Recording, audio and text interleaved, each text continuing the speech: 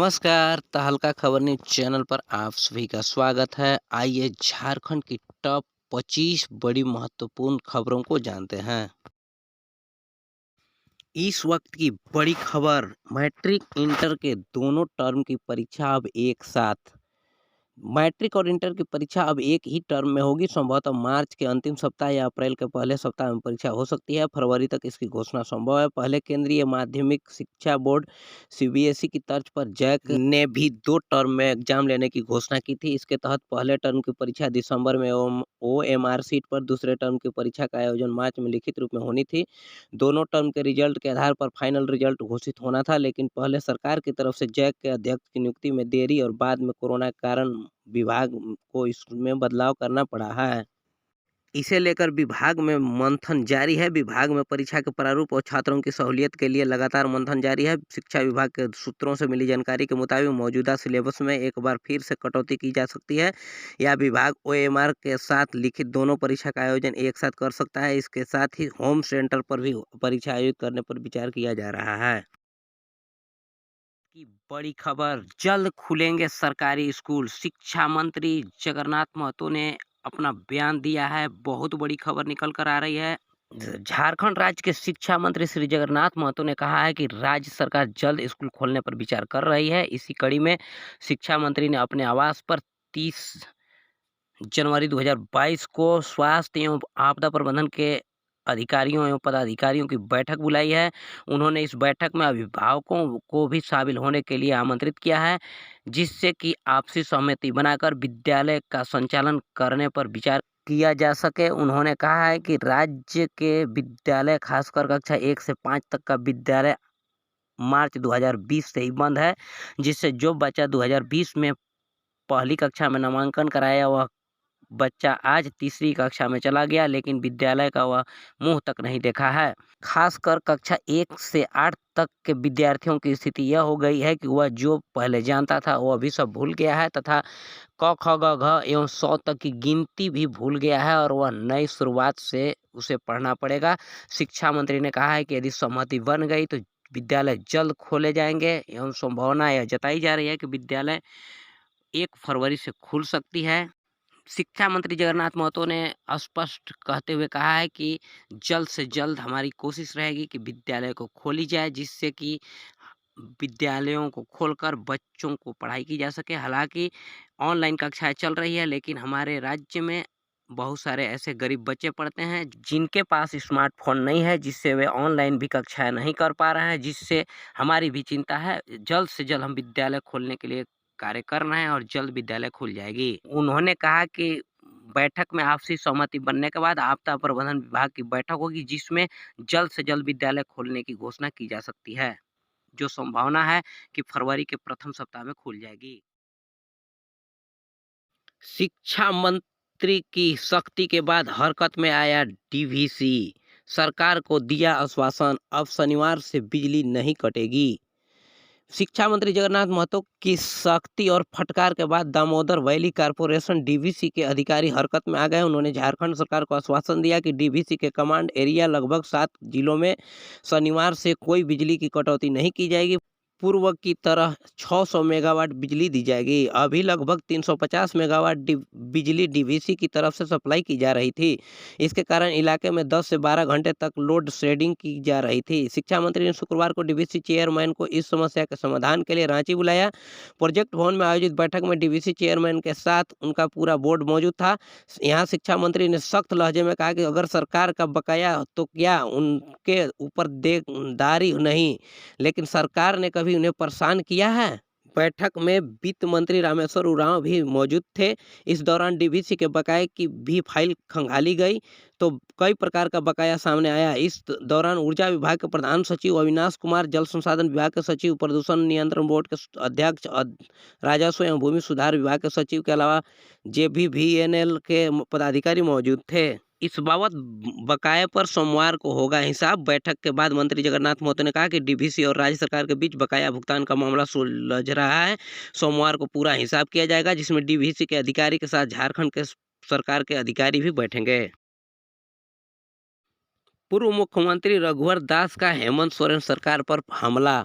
झारखंड के पूर्व सीएम रघुवर दास ने सोरेन सरकार पर गंभीर आरोप लगाया है। शुक्रवार को प्रेस क्लब में प्रेस कॉन्फ्रेंस आयोजित कर उन्होंने कहा कि हेमंत सरकार कोयला चोर, बालू चोर और पत्थर चोर है।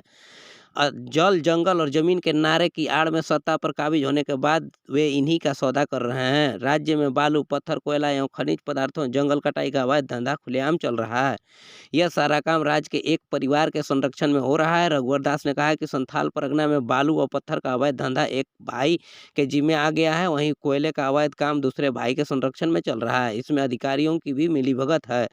25 माह से बालू घाटों की बस्ती नहीं करा पाई है सरकार। वहीं उन्होंने कहा कि दुमका में माल ढुलाई के लिए विधायक के गुर्गे की अनुमति की जरूरी होती है। वहीं कहा कि सरकारी कंपनियों को कोयला नहीं निकालने दिया जा रहा है।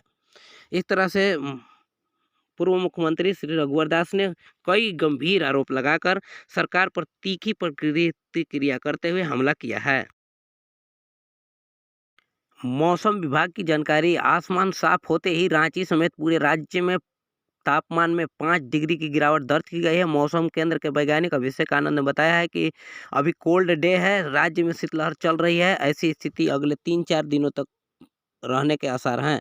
31 जनवरी के बाद ठंड से थोड़ी राहत मिलने की संभावना है। अभिषेक आनंद ने बताया कि झारखंड में अगले 3 से 4 दिनों सुबह में कोहरे के बाद दिन में आसमान साफ रहेगा और धूप अच्छी निकलेगी।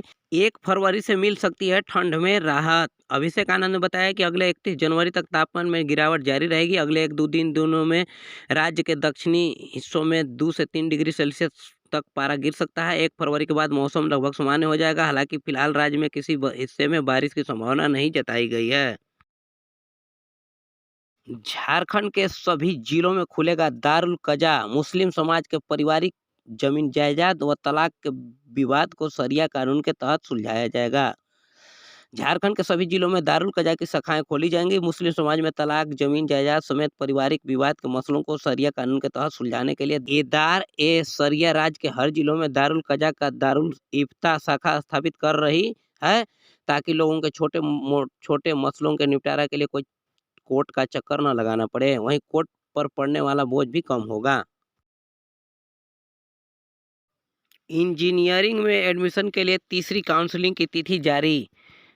झारखंड संयुक्त प्रवेश प्रतियोगिता परीक्षा परिषद ने इंजीनियरिंग और पॉलिटेक्निक कॉलेजों में नामांकन के लिए तीसरी काउंसलिंग की तिथि जारी कर दी है। बता दें कि इंजीनियरिंग में नामांकन के लिए ऑनलाइन फॉर्म 30 जनवरी तक जमा होंगे। वहीं स्टेट में मेरिट लिस्ट 2 फरवरी को जारी होगी। वहीं फाइनल मेरिट लिस्ट 4 फरवरी को जारी किया जाएगा। बता दें कि ऑनलाइन रजिस्ट्रेशन व चॉइस सीट फिलिंग की तिथि 6 फरवरी और अंतिम तिथि 10 फरवरी रखी गई है। अलॉटमेंट लेटर 14 से 19 फरवरी तक जारी किया जाएगा। अतः योग्य एवं इच्छुक उम्मीदवार इस इंजीनियरिंग के नामांकन के लिए अपना काउंसलिंग करा सकते हैं। इस वक्त की बड़ी खबर निकल कर आ रही है। गृह जिला ट्रांसफर फाइल पर शिक्षा मंत्री ने दे दी है सहमति। पारा शिक्षकों की समस्या के समाधान के बाद राज्य सरकार ने शिक्षकों के गृह जिला स्थानांतरण की पुरानी मांग को पूरा करने के तरफ एक कदम बढ़ा दिया है। झारखंड राज्य के शिक्षा मंत्री श्री जगन्नाथ महतो ने गृह जिला ट्रांसफर की फाइल पर अपनी सहमति दे दी है। पहले फेज पर दिव्यांग शिक्षक, शिक्षिका, महिला शिक्षिका और पति पत्नी यानी शिक्षक दंपति का गृह जिला ट्रांसफर होगा। इसके बाद में 5 साल पूरा कर चुके शिक्षकों की बारी आएगी और ट्रांसफर चाहने वाले सभी शिक्षकों को गृह जिला में स्थानांतरण होगा। आपको बता दें कि रविवार को गृह जिला स्थानांतरण के संबंध में शिक्षकों का एक प्रतिनिधिमंडल राज्य के शिक्षा मंत्री श्री जगन्नाथ महतो से मिला था। शिक्षकों को मंत्री ने सकारात्मक भरोसा दिया है। उन्होंने आश्वस्त करते हुए कहा है कि सभी शिक्षकों का गृह जिला में जो जाना चाहते हैं उन्हें मौका फेज वाइज मिलेगा। जल्द ही कैबिनेट में भी इस नियमावली की मंजूरी ले लेंगे। गृह जिला स्थानांतरण से शिक्षकों को सबसे बड़ा फायदा मिलेगा कि शिक्षक बच्चों को मातृभाषा में शिक्षा दे सकेंगे। इस तरह से शिक्षकों की चिर परिचित पुरानी मांग पर राज्य सरकार की सकारात्मक पहल से शिक्षक समुदाय में खुशी का माहौल देखा गया। वहीं शिक्षक प्रतिनिधियों से बात करने पर उन्होंने आश्वस्त किया कि हमारी बात शिक्षा मंत्री ने गंभीरतापूर्वक सुना है और उन्होंने आश्वस्त किया है कि फेज वाइज बारी बारी सबकी गृह जिला ट्रांसफर कर दी जाएगी, आप धैर्य रखें। राजधानी में जल्द दौड़ेंगी 200 इलेक्ट्रॉनिक बसें। झारखंड की राजधानी रांची में किस रूट में कितनी बसों की जरूरत है, इसको लेकर नगर निगम शीघ्र सर्वेक्षण कराया जा रहा है। बता दें, बसों की परिचालन की रूट मैपिंग भी की जा रही है ताकि क्षेत्र में के हिसाब से यात्रियों की संख्या का अनुमान लगेगा। वहीं सर्वे के बाद रांची नगर निगम 200 इलेक्ट्रॉनिक बसों की खरीद करेगी। इससे राजधानी के विभिन्न रूटों पर चलाया जाएगा। बता दें कि वर्तमान में फिलहाल 28 से 30 बसों का परिचालन हो रहा है।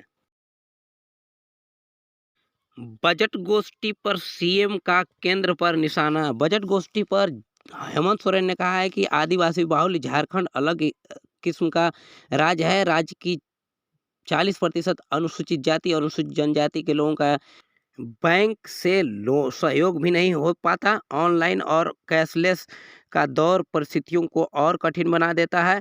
कई बार विकास कार्य केंद्र और राज्य सरकार के संयुक्त प्रयास से होता है। राज्य को इससे कई तरह की रुकावटों का सामना करना पड़ता है। कई तरह के मामलों में केंद्र सरकार का अपेक्षित सहयोग नहीं मिल पाता है। मुख्यमंत्री वित्त विभाग द्वारा आयोजित बजट गोष्ठी को संबोधित कर रहे थे। उन्होंने कहा कि प्राकृतिक संसाधन के अव्वल होने के बाद भी आज आर्थिक संसाधनों में राज्य कमज़ोर है और कोविड-19 महामारी ने भी और कमज़ोर कर दिया है, जिससे हमारा विकास दर बहुत ही प्रभावित हुआ है और केंद्र सरकार के द्वारा अपेक्षित सहयोग नहीं दिया जा रहा है, जो राज्य के हित में अच्छा नहीं है।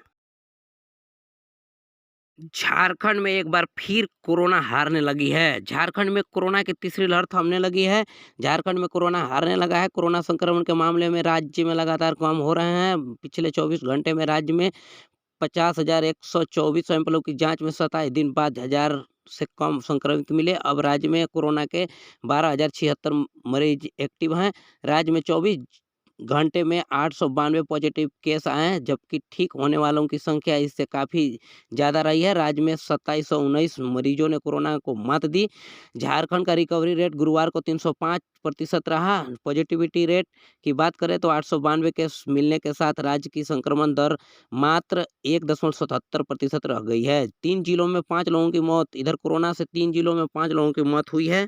मरने वालों में पूर्वी सिंहभूम से 3, धनबाद से 1, गुमला से 1 शामिल है। सर्वाधिक 248 संक्रमित पूर्वी सिंहभूम में मिले, जबकि सिमडेगा में 127 और रांची में 108 समेत विभिन्न जिलों से लोग हैं। सबसे ज्यादा 1361 लोग रांची में स्वस्थ हुए हैं। रांची में 12 दिनों में एक्टिव केस घटकर 13,000 से 4,805 हुए। रांची में 29 दिनों के बाद 108 नए केस मिले, जबकि इससे करीब 13 गुना ज्यादा संक्रमित कोरोना मुक्त हुए, यानी 1361 लोग स्वस्थ हुए। 12 दिनों में ही एक्टिव केस कम होकर 13,000 से नीचे 4,805 में पहुंच गए हैं। काफी अच्छा संकेत है। लोग कोविड गाइडलाइन का पालन करते रहे तो स्थिति सबसे पहले इस राज्य की सामान्य हो सकती है। मैट्रिक व इंटर परीक्षा में शामिल होने के लिए दोनों डोज जरूरी। स्कूली शिक्षा एवं साक्षरता विभाग ने यह आवश्यक कर दिया है कि जो बच्चे मैट्रिक व इंटर की परीक्षा में शामिल होंगे उसके लिए कोविड-19 का टीका का दूसरा डोज भी अनिवार्य होगा। उसे दिखाना होगा, प्रवेश पत्र के साथ उस सर्टिफिकेट को दिखाना होगा, तभी उसे परीक्षा में शामिल होने देने की विचार कर रही है, जिस पर अमल करना भी जरूरी है। अतः जो छात्र अभी तक कोरोना वैक्सीन का टीका नहीं लिए हैं वो दोनों डोज लेना जरूरी समझें और जरूर लें। एयर इंडिया 69 वर्ष बाद फिर टाटा समूह की हुई। टाटा समूह करीब 69 साल बाद एक बार फिर एयर इंडिया का मालिक बन गया है। सरकार ने अधिग्रहण प्रक्रिया के तहत आधिकारिक तौर पर गुरुवार को इसे टाटा समूह के हवाले कर दिया। इस दौरान टाटा सन्स के चेयरमैन चंद्रशेखर ने कहा कि एयर इंडिया को फिर से पाकर बहुत खुश हूँ। निवेश और लोक संपत्ति प्रबंधन विभाग के सचिव तुहिन कांत पांडे ने बताया कि एयर इंडिया को टाटा समूह की सहायक कंपनी टेलेस प्राइवेट लिमिटेड को सौंपा गया है, जो सफल बोलीदाता है। इस दौरान चंद्रशेखर ने कहा कि हम एयर इंडिया को विश्व स्तरीय एयरलाइन बनाने के लिए सभी के साथ काम करने के लिए उत्सुक हैं। पिछले साल 8 अक्टूबर को प्रतिस्पर्धी बोली प्रक्रिया के तहत एयर इंडिया को 18,000 करोड़ में बेचा गया था, जिसे टाटा समूह की कंपनी ने खरीदा है। अब एयर इंडिया टाटा की हो गई है। विस्थापितों को 1 करोड़ रुपए तक की निविदा दे सेल। झारखंड के मुख्यमंत्री हेमंत सोरेन ने भारतीय इस्पात प्राधिकरण steel authority of India limited की चेयरमैन सोमा मंडल से मुलाकात की। मुख्यमंत्री ने कहा है कि कोल इंडिया की तर्ज पर सेल प्रबंधन भी स्थानीय विस्थापितों को 1 करोड़ रुपए तक को निविदा में प्राथमिकता दे। कहा है कि राज्य सरकार बोकारो को एजुकेशन हब बनाना चाहती है। ऐसे में सेल पुराने स्कूल की आधारभूत संरचनाओं को राज्य सरकार को हस्तांतरित कर दे, ताकि इस दिशा में सरकार आगे कदम बढ़ा सके। सेल की चेयरपर्सन ने इस दिशा में सकारात्मक पहल करने की बात मुख्यमंत्री से कही है। मॉडल स्कूलों में संविदा पर नियुक्त होंगे 1335 शिक्षक। झारखंड के मॉडल स्कूलों में संविदा पर 1335 शिक्षक नियुक्त होंगे। स्कूली शिक्षा एवं साक्षरता विभाग ने इसकी तैयारी शुरू कर दी है। सभी 89 मॉडल स्कूलों में सभी विषयों के शिक्षकों की नियुक्ति होगी। वित्त विभाग ने इस पर अपनी सहमति दे दी है। इन स्कूलों में अंग्रेजी में पढ़ाई होती है। ऐसे में अंग्रेजी माध्यम से पढ़ाने वाले शिक्षक इसमें नियुक्त होंगे। केंद्रीय विश्वविद्यालय की तर्ज पर यहाँ शिक्षकों की नियुक्ति होगी। जब तक अस्थायी नियुक्ति नहीं हो जाती है, तब तक अनुबंध पर शिक्षक बहाल होंगे। इसके लिए एक निश्चित राशि उन्हें दी जाएगी। मॉडल स्कूलों में शिक्षकों की नियुक्ति नियमावली भी तैयार हो चुकी है और नियुक्ति प्रक्रिया की अधिसूचना राज्य कर्मचारी चयन आयोग को भेजी जानी है। राज्य के 83 मॉडल स्कूलों में छात्रावास का भी निर्माण किया जा रहा है। इसके लिए हर स्कूल को 2.5 करोड़ रुपए खर्च होंगे। इसका प्रस्ताव राज्य योजना प्राधिकृत समिति को भेजा गया है। 71 करोड़ की राशि से मॉडल स्कूलों में बेंच, डेस्क, टेबल, लाइब्रेरी, प्रयोगशाला समेत आईसीटी लैब स्थापित किया जा रहा है। 51 स्कूलों का भवन बन चुका है, 33 में काम चल रहा है और 5 स्कूलों के भवनों का निर्माण कार्य शुरू होने वाला है। ताज़ा तरीन खबरों में बने रहने के लिए सब्सक्राइब करें तहलका खबर न्यूज चैनल को और प्रेस करें बेल आइकन, जिससे इस चैनल से जुड़ी हर तरह का नोटिफिकेशन आप तक सबसे पहले पहुंचे। साथ ही साथ वीडियो को लाइक करें, कमेंट करें, शेयर करें और अपना सुझाव अवश्य दें। धन्यवाद।